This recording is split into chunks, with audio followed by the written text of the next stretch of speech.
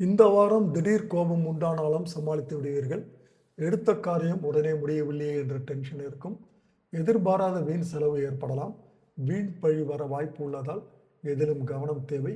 உடல் ஆரோக்கியத்தில் எச்சரிக்கையாக இருப்பது அவசியம். தொழில் வியாபாரம் நன்றாக நடக்கும். அரசு மூலம் நடக்க வேண்டிய காரியங்கள் சாதகமாக முடியும். உத்தியோகத்தில் இருப்பவர்கள் புத்திசாலியத்துடன் நடந்து கொண்டு நன்மை அடைவார்கள். எதிர்பார்த்த பதவி உயர்வு கிடைக்கக்கூடும். குடும்பத்தில் இதமான சூழ்நிலை காணப்படும். புதிய வீடு கட்டுவது, பழைய வீட்டை புதுப்பிப்பது போன்ற பணிகளை தொடங்க முற்படுவீர்கள். கணவன் மனைவிக்கு இடையே மகிழ்ச்சி நிலவும். பெண்களுக்கு லாபம் அதிகரிக்கும். கலைத்துறையினருக்கு புதிய வாய்ப்புகள் ஏற்படும். அரசியல் துறையினருக்கு புதிய பொறுப்புகள் ஏற்படும்.